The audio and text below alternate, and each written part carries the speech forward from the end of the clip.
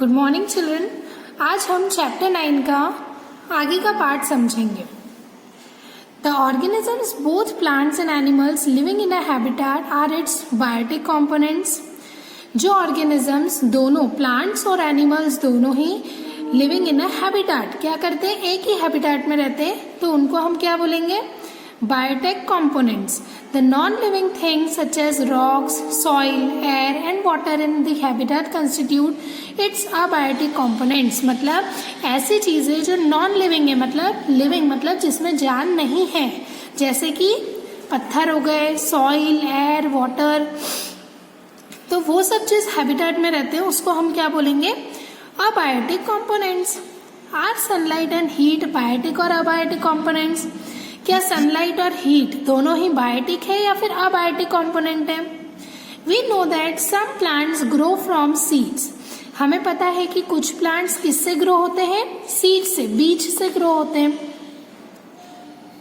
Late us look at some abiotic factors and their effect on seeds as they grow into young plants. Okay, अब हम कुछ abiotic factors के बारे में पढ़ते हैं और उनके इफेक्ट के बारे में पढ़ते हैं, जो सीड पे जो उनके इफेक्ट होते हैं। सीड से क्या होता है, यंग प्लांट्स मतलब छोटे छोटे से प्लांट्स जो है वो क्या होते हैं, ग्रो होते हैं। Okay, activity 2, recall activity 5 in chapter 1। Chapter 1 में हमने जो एक्टिविटी 5 करी थी वो आप याद करें वापस से। We made sprouts from moong and chana seeds. हमने उसमें क्या करा था, तो मूंग और स्प्राउट्स, चना सीड्स, इनसे क्या करे थे, हमने स्प्राउट्स बनाए थे मूंग और चना सीड से। When the seed turned into a sprout, जब सीड जो है वो स्प्राउट में कन्वर्ट होता है, टर्न होता है, it is said to have germinated। तो उसको हम क्या बोलेंगे, germinated बोलेंगे। This is the beginning of life of a new plant. ये क्या होता है, मतलब बिगनिंग है, स्टार्टिंग है नई लाइफ की, न्यू प्लांट की स्टार्टिंग है। कलेक्ट सम ड्राई मूंग सीड्स, कुछ ड्राई मूंग सीड्स कलेक्ट करें। Keep 20 to 30 seeds aside and soak the rest in water for a day. अब उसमें से 20 से 30 सीड्स साइड में रखें और उन्हें पानी में भिगो दें एक दिन के लिए। Divide the soaked seeds into 4 parts. अब ये सोक्ड सीड्स जो हैं, जो आपने पानी में भिगोए हैं सीड्स को, उनको 4 पार्ट्स में डिवाइड करें। Keep 1 part completely submerged in water for 3 to 4 days। 3 से 4 दिन तक सभी पार्ट, हर एक पार्ट को क्या करें, सबमर्ज करें वाटर में। Do not disturb the dry seeds and दो सबमर्ज इन वाटर। जो आपने वाटर में सबमर्ज किए हैं और जो ड्राई सीड्स है उन्हें डिस्टर्ब ना करें। Keep 1 part of soaked seeds in a Sunny room. अब जो आपने एक जो सोक्ड सीड्स जो हैं, जो आपने पानी में भिगोए हैं, एक पार्ट जो है वो सनी रूम में रखें। And another is a complete dark region like a cupboard that does not allow any light to come in। और एक आप पार्ट कहाँ रखें, बिल्कुल अंधेरे वाले, बिल्कुल डार्क साइड में, जहां पर कोई भी रोशनी, कोई भी लाइट नहीं आती हो। कीप द लास्ट रेफ्रिजरेटर और विथ आइज अराउंड दैम। और जो लास्ट है वो कहाँ रखें, रेफ्रिजरेटर में या आइस के ऊपर, आइस के आसपास। Rinse them and replace the water every day. क्या करें, हर दिन उनको, उसका पानी चेंज करें। What do you notice after a few days. कुछ दिनों के बाद आप क्या नोटिस करोगे। Do the seeds in all the 5 conditions germinated uniformly.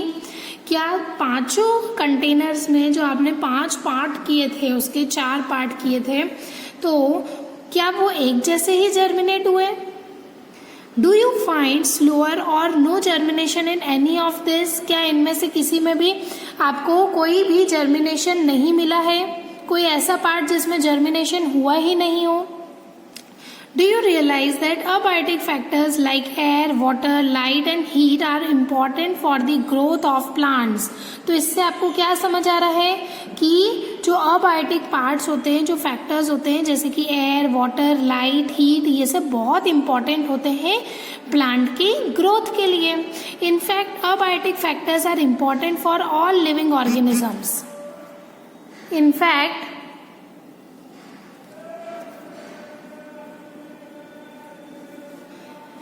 सारे ही अबायोटिक फैक्टर्स जो हैं वो बहुत ज़्यादा इम्पॉर्टेंट होते हैं।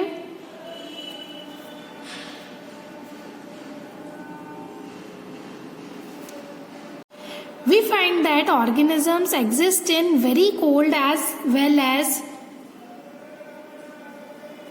very hot climates। हमने क्या देखा कि ऑर्गेनिजम्स बहुत कोल्ड एरिया में भी सर्वाइव करते हैं और बहुत हॉट क्लाइमेट्स में भी सर्वाइव करते हैं। Isn't it? How do they manage to survive? वो कैसे मैनेज करते हैं सर्वाइव करने के लिए? Adaptation is the method by which organisms get well adjusted to the climate। Adaptation क्या होता है? एक मेथड होता है जिसमें ऑर्गेनिजम्स एडजस्ट होते हैं क्लाइमेट के according. Adaptation does not take place in a short time. Adaptation short time के लिए नहीं होता, because the abiotic factors of a region also change very slowly. क्योंकि जो अबायोटिक फैक्टर्स हैं रीजन के वो भी बहुत धीरे धीरे चेंज होते हैं। Those organisms which cannot adapt to these changes die and only the adapted ones survive। Organisms adapt to different abiotic factors in different ways। अलग अलग तरीके से adaptations adapt करते हैं organisms। This results in a wide variety of organisms in different habitats। जिसका क्या हुआ, जिसका result क्या होता है, तो बहुत सारी variety हमें मिल जाती है organisms की अलग अलग habitat की। Let us look at some habitats, understood the abiotic factors and the adaptations of animals in these habitats। अब हम कुछ habitats के बारे में पढ़ते हैं। तो there are two types of habitats, a journey through different habitats, some terrestrial habitats। कुछ terrestrial habitats के बारे में हम पढ़ते हैं। We discuss the abiotic factors of a desert and the adaptations in camels। हमने डेजर्ट के बारे में पढ़ा था, डेजर्ट के अबायोटिक फैक्टर्स के बारे में और कैमल के एडेप्टेशन के बारे में। What about other animals and plants what are found in desert that are found in desert. अब हम दूसरे एनिमल्स के बारे में बात करते हैं जो डेजर्ट में पाए जाते हैं। Do they have the same kind of adaptations? क्या सभी के सेम एक ही तरीके के एडेप्टेशंस होते हैं? There are desert animals like rats and snakes which do not have long legs that a camel has। अब क्या कुछ ऐसे डेजर्ट एनिमल्स भी होते हैं जैसे कि रैट, स्नेक, जिनके लॉन्ग लेग्स नहीं होते हैं जैसे कि कैमल के होते हैं। To stay away from the intense heat during the day they stay in burrows deep in the sand. अब वो हीट से बचने के लिए क्या करते हैं, तो सैंड में बहुत गहरा गड्ढा खोदते हैं और वहां जाके बैठ जाते हैं। फिगर 9.4 सी, फिगर 9.4 में आपको बताया है।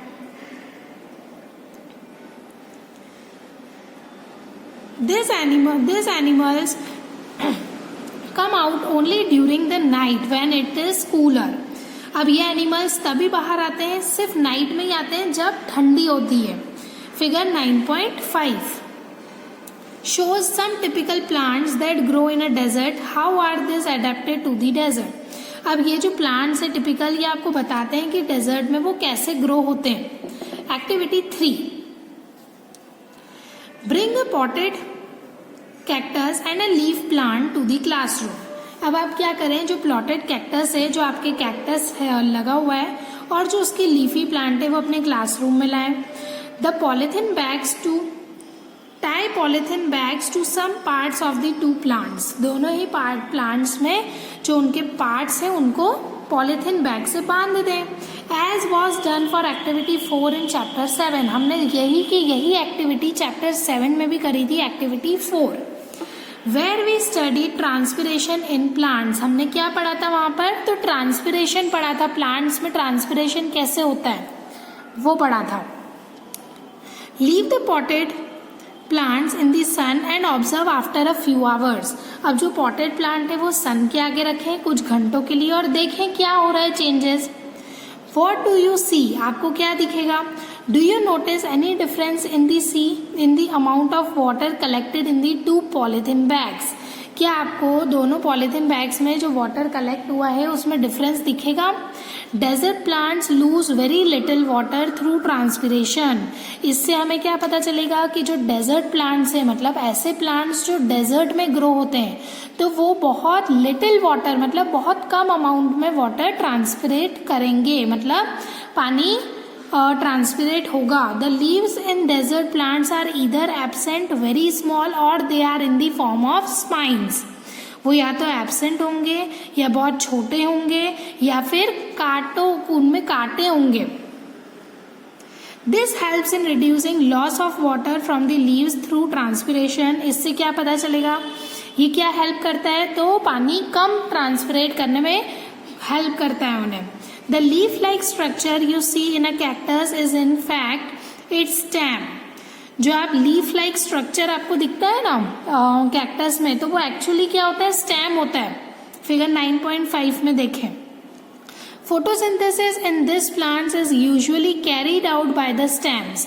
फोटोसिंथेसिस ऐसे प्लांट्स में फोटोसिंथेसिस यूजुअली नॉर्मली किनके थ्रू होता है, स्टेम्स के थ्रू होता है।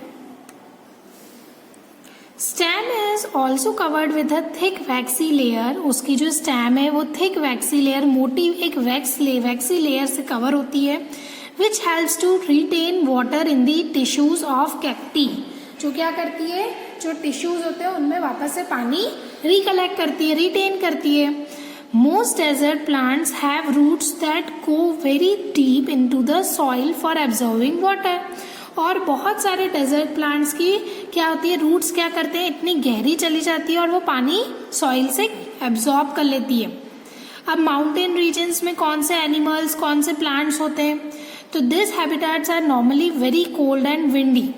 अब ऐसे ये जो रीजन है, ये जो हैबिटेट्स है, ये नॉर्मली क्या होता है, बहुत ज़्यादा कोल्ड होता है, बहुत ठंडा एरिया होता है, और विंडी मतलब बहुत हवा चलती है वहाँ पर।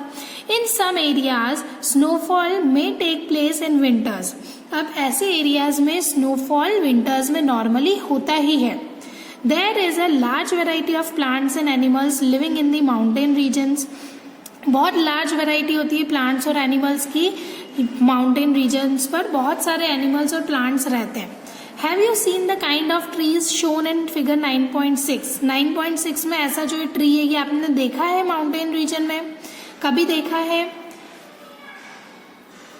If you live in a mountain region or have visited one, you may have seen a large number of such trees। अगर आप माउंटेन रीजन पे रहते हैं, मतलब पहाड़ी इलाके में रहते हैं, या फिर आप एक आध बार गए भी हैं, तो आपने ऐसे पेड़ देखे होंगे।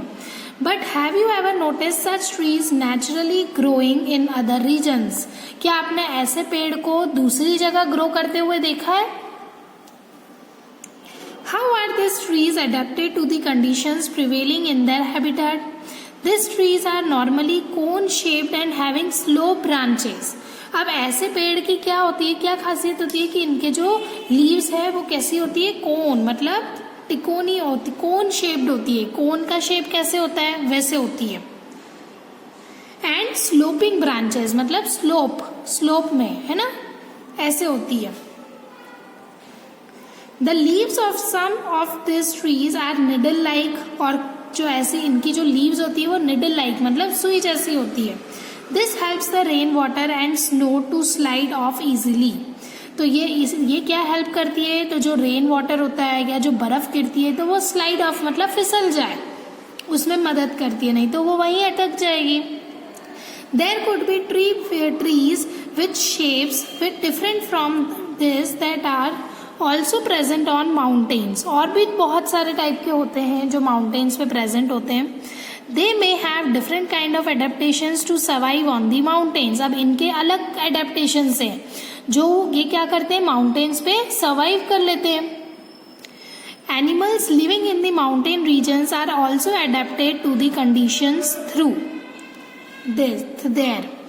फिगर 9.7, फिगर 9.7 में सी के ए, बी और सी आपको बताया है कि इसमें क्या है, ऐसे एनिमल्स जो माउंटेन रीजन्स पे उनके जो कंडीशंस है उनको अडेप्ट कर लेते हैं।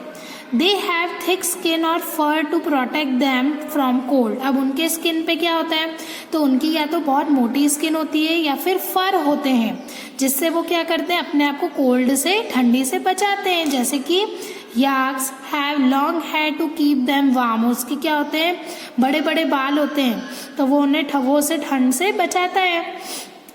Snow leopard has thick fur on its body, तो स्नो लेपर्ड के बहुत थिक वो होते हैं, फर होते हैं उनकी बॉडी में। Including feet and toes, feet और टोज में मतलब पैरों में भी होते हैं।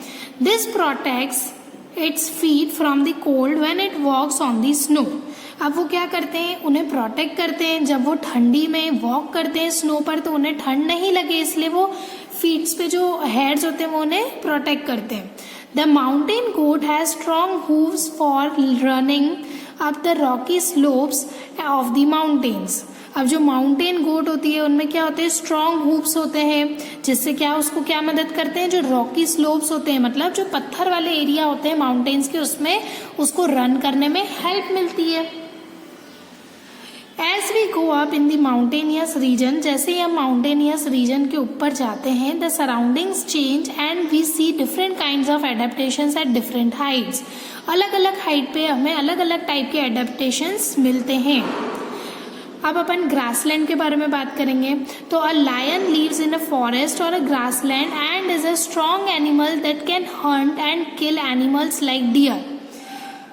लायन कहाँ रहता है, फॉरेस्ट में या फिर ग्रासलैंड पे रहता है, और ये बहुत ज़्यादा स्ट्रॉन्ग एनिमल होता है जो किसी भी एनिमल को हंट या फिर किल, किसी भी एनिमल का शिकार या उसको मार सकता है, जैसे कि डियर को भी मार सकता है। It is light brown in colour, light brown colour का होता है। आप पिक्चर में देख सकते हैं लायन और डियर को, फिगर 9.8 में। How are the eyes placed in the face for this two animals, are they in the front और on the side of the face, क्या साइड फेस है या फिर फ्रंट फेस है इनका। Lions have long claws in their front legs that can be withdrawn inside the toes. Do the features of a lion help it in any way to survive? Its light brown color helps it to hide in dry grasslands when it hunts for prey animals to eat. Prey मतलब यहाँ prey का मतलब क्या होता है, शिकार करना, ठीक है। PREY का मतलब होता है शिकार करना। इसमें आपको लायन के फीचर्स बताए हैं कि लायन लाइट ब्राउन कलर का होता है, उसके टो के साइड क्या होते हैं, तो फ्रंट लेग्स के आगे क्लॉज होते हैं जिससे उन्हें क्या मदद करते हैं, इनसाइड द टोज। अब ये सब क्या होते हैं, फीचर्स होते हैं जो उसे कोल्ड रीजन में सरवाइव करने में हेल्प करते हैं। The eyes in front of the face allow it to have a correct idea about the location of its prey. अब उसकी जो आईज होती है वो क्या होती है, वो इतनी स्ट्रांग होती है और वो फ्रंट में होती है फेस के, ताकि वो क्या कर सके, प्रे के लोकेशन को अच्छे से डिटेक्ट कर सके, मतलब शिकार कहाँ पर है, कैसे खड़ा है, वो अच्छे से पता लगा सके। A deer is another animal that lives in forest and grasslands. अब डियर जो है, हिरन, वो एक और एनिमल है जो फॉरेस्ट और ग्रासलैंड में रहता है। इसके स्ट्रॉन्ग टीथ होते हैं for chewing hard plant stems of the forest. Forest में जो हार्ड प्लांट स्टेम्स होती है, मतलब बहुत जो कड़क स्टेम्स होती है, उसको वो च्यू कर सकता है। A deer needs to know about the presence of predators animals like lion that make it their prey. अब डियर समझ जाता है कि प्रेडेटर्स मतलब ऐसे एनिमल्स जो शिकार कर रहे हैं उसके वो प्रेजेंट है या नहीं, in order to run away from them and not become their prey. तो और वो क्या करते हैं, वहां से भाग जाते हैं और उनका शिकार नहीं बनते हैं। It has long ears to hear movements of predators. उनके लंबे लंबे कान होते हैं ताकि वो प्रेडेटर्स के मूवमेंट को अच्छे से सुन सकें। The eyes on the side of its head allow it to look in all directions for danger. अब उनकी जो आईज है वो साइड में होती है, क्यों होती है, क्योंकि वो सारे डायरेक्शंस में जो भी खतरा है उनका, तो वो देख सके और अपने आप को बचा सके। The speed of the deer helps them to run away from the predators, और उनकी स्पीड बहुत ज़्यादा होती है भागने की ताकि वो प्रेडेटर से बच सके. There are many other features of a lion and a deer or other animals and plants that help them to survive in their habitat. अब लायन, डियर और दूसरे एनिमल्स और प्लांट्स के बहुत सारे फीचर्स होते हैं जो उन्हें इस हैबिटेट में सर्वाइव करने में हेल्प करते हैं. अब हम नेक्स्ट हैबिटेट पढ़ेंगे, some aquatic habitats. Aquatic habitats तो oceans. We already discussed how fish are adapted to live in the sea. हमने पहले ही पढ़ा था कि फिश कैसे पानी में रहती है, कैसे सर्वाइव करती है. Many other sea animals have streamline bodies to help them move easily in water. अब बहुत सारे सी एनिमल्स जो हैं उनकी क्या होती है, स्ट्रीमलाइन बॉडी होती है जो क्या करती है, पानी में उसको मूव करने में हेल्प करती है. There are some sea animals like squids and octopus which do not have this streamline shape. अब बहुत सारे ऐसे एनिमल्स होते हैं जैसे कि स्क्विड्स, ऑक्टोपस जो क्या करते हैं, which do not have the streamline shape, जिनके streamline shape नहीं होते हैं. They stay deeper in the ocean, वो ओशन के डीप में जा सकते हैं, near the seabed and catch any prey that moves towards them. मतलब सीबेड में जा सकते हैं और अपने शिकार को पकड़ सकते हैं उनके पास जाके. However, when they move in water, they make their body shape streamline. पर जैसे ही वो पानी के अंदर जाते हैं तो अपनी बॉडी को क्या कर देते हैं, स्ट्रीमलाइन बना लेते हैं. These animals have gills to help them use oxygen dissolved in water. अब ऐसे एनिमल्स कैसे क्या करते हैं, कैसे ऑक्सीजन लेते हैं, पानी के अंदर जो ऑक्सीजन डिसॉल्व होता है वो कैसे लेते हैं, तो गिल्स के through. There are some sea animals like dolphins and whales that do not have gills. कुछ ऐसे एनिमल्स होते हैं जिनमें गिल्स नहीं होते हैं. They breathe in air through nostrils और blow holes. वो nostrils या फिर blow holes के थ्रू ब्रीथ करते हैं. That are located on the upper parts of their heads. जो कहाँ होते हैं, तो उनके ऊपर, हेड के ऊपर वाले पार्ट में होते हैं, अपर पार्ट में. This allows them to breathe in air when they swim near the surface of water. Water के सरफेस के पास में जब वो स्विम करते हैं तो वो इन्हें हेल्प करते हैं. They can stay inside the water for long time without breathing. बिना ब्रीथिंग के वो पानी के अंदर काफी टाइम तक रह सकते हैं. They come out to the surface from time to time. अपने टाइम टू टाइम वो आते हैं सरफेस के बाहर हवा लेने के लिए, ब्रीथ इन एयर, सांस लेने के लिए. Did you ever see this interesting activity of dolphins in television programme और फिल्म्स ऑन ओशन लाइफ? क्या आपने टेलीविजन प्रोग्राम्स में या फिर फिल्म्स में ओशन लाइफ के प्रोग्राम्स में क्या देखा है ये?